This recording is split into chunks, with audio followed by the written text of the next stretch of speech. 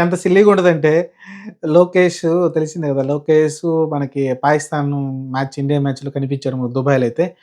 చాలామంది ఆశ్చర్యం కలిగింది. వైసీపీ వాళ్ళే దాన్ని విమర్శ చేస్తున్నారు. రాష్ట్రం ఇంత ఇబ్బందుల్లో ఉంటే అక్కడికెళ్ళి జలసాలు చేస్తున్నాడు లోకేష్ అని విమర్శలు చేస్తున్నారండి వైసీపీ వాళ్ళు.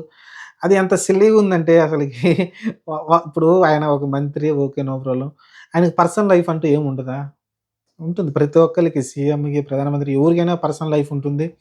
ఆయన ఒక్కడు ఆ రోజు ఆ పిల్లలతో పాటు ప్రశాంతంగా ఎళ్ళాడు. కొడుకు గూడా కనిపించాడనుకుంట. కొడుకు కూడా ఉన్నాడు. కొడుకుని తీసుకొని కొడుకు అడిగుంటాడు మ్యాచ్‌కెళ్దాం డాడీ అని. ఎళ్ళాడు సరదాగా. ఒక్కరోజు, 2 రోజులు గూడా పర్సనల్ లైఫ్ ఎంజాయ్ చేయకుండా ఉంటారా? రాజకీయ నాయకులంటే అంత ఉంటుందా? నాకు అర్థం కావట్లేదు. నాకైతే చాలా సిల్లీగా అనిపించింది. దాని మీద కామెంట్ చేయడం పైనైతే లోకేష్ గూడా తన అసెంబ్లీలో మాట్లాడడం చూసాను నేను.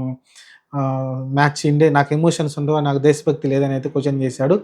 మరి దాన్ని అసలకి అసలకి వైసీపీ వాళ్ళు ఎందుకు అంటే విమర్శ చేయడానికి వేరే ఇంక కారణాలు ఏమి కనిపించలేదేమో నాకు అర్థం కావట్లేదు. చాలా కారణాలుంటాయి గదా! లోకేష్‌ని విమర్శించాలంటే.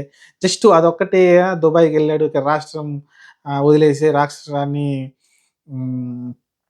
రాష్ట్రాన్ని వదిలేసేదేముంటదండి? నాకర్థం గాదు.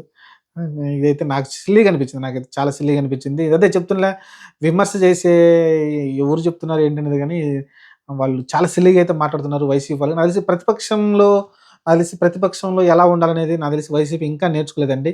దాదాపు 15 సంవత్సరాలు అయిపోతుంది. వాళ్ళు ఒకసారి, 2 సార్లు ప్రతిపక్షంలో ఉంటున్నారు. ఒకసారి అధికారంలో ఉన్నారు. అయినప్పటికీ ప్రతిపక్షం ఎలా ఉండాలో వాళ్ళు నేర్చుకోలేకపోతున్నారు. ప్రతిపక్షంలో ఉండి ఎలా మాట్లాడాలి, ఎలా కౌంటర్ చేయాలనేది వాళ్ళైతే నేర్చుకోలేకపోతున్నారు. చాలా సో సాడ్ ఇది. వాళ్ళని మనం ఎన్నుకున్నందుకు. ఇంకేం మాట్లాడతాం చెప్పండి. ఆ! లోకేష్ దుబాయ్‌కెళ్ళి మ్యాచ్ చూస్తే అంట, ఇక్కడ ఘోరాలన్నీ జరిగిపోతున్నాయంట. ఏందో మరి నాకర్థం కావట్లేదు. మరి దీనిపై మీ కామెంట్ చెప్పండి. లోకేష్ దుబాయ్‌కెళ్ళి మ్యాచ్ చూడడం అంత పెద్ద తప్పా?